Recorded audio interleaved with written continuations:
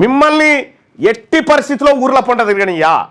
మీరు రాసి పెట్టుకోరు, ఈ రోజు రాకపోతే నా పేరు తీర్మార్మలన్న కాదు. నువ్వు చూడరి, ఆ పని చేసి చూపెత్తా. గింతనా మనం ఆవేదనలో మనం ఉంటే నీ సొమ్ము అడిగినారా, నీ సొమ్ము అడిగిర్రా, నీ ఇంట్లో ఆస్తి అడిగిర్రా, లేకపోతే నీ భూమిలో ఏమైనా వాటా ఇవ్వమంటుర్రా? అరే మా హక్కులు మాకు కావాలని చెప్తా ఉంటే, మా హక్కులు మాకు కావాలని చెప్తా ఉంటే గింతనా? చూడు లోపల ఎట్లున్నదో, చూడు వాళ్ళకి ఎట్లున్నదో. ఇక్కడ 1952 నుంచి ఎస్సీలకు రాజ్యాంగపరంగా రిజర్వేషన్లు వచ్చినాయి. వాళ్ళు ఎప్పుడు రిజర్వేషన్ల కోసం కొట్లాడాల్సిన పని రాలే. ఎస్టీలకు రాజ్యాంగపరంగా రిజర్వేషన్లు వచ్చినాయి. వాళ్ళు ఎప్పుడు రిజర్వేషన్ల కోసం కొట్లాడడానికి అవసరం రాలే.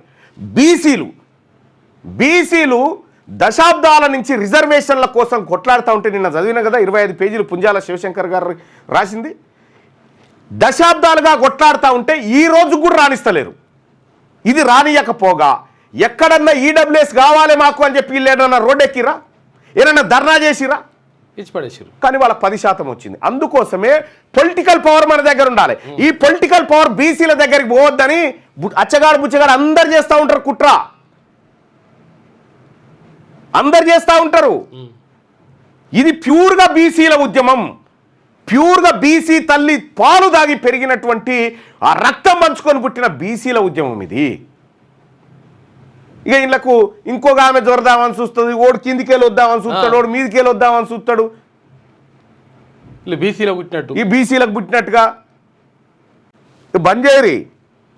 ఇది ప్యూర్గా బీసీలకు న్యాయం చేసే ఉద్యమమే.